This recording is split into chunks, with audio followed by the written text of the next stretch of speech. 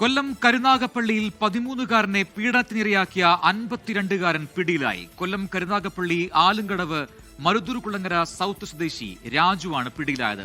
കുഴിമന്തി വാങ്ങി നൽകാമെന്ന് പറഞ്ഞാണ് പ്രതി വിദ്യാർത്ഥിയെ പീഡനത്തിന് ഇരയാക്കിയത്.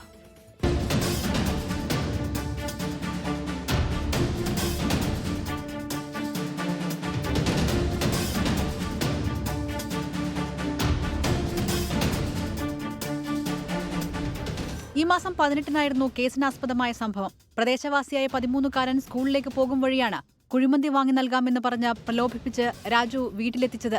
തുടർന്ന് ലൈംഗികമായി പീഡിപ്പിക്കുകയായിരുന്നു. പീഡനവിവരം കുട്ടി വീട്ടിൽ പറഞ്ഞതോടെ മാതാപിതാക്കൾ കരുനാഗപ്പള്ളി പോലീസ് സ്റ്റേഷനിൽ പരാതി നൽകി. കുട്ടിയുടെ വിശദമായ മൊഴി രേഖപ്പെടുത്തി പോക്സോ കുറ്റം ചുമത്തി പോലീസ് രാജുവിനെ കസ്റ്റഡിയിലെടുത്തു.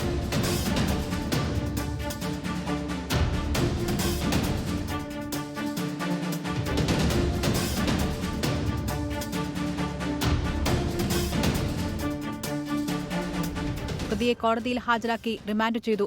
24 കൊല്ലം.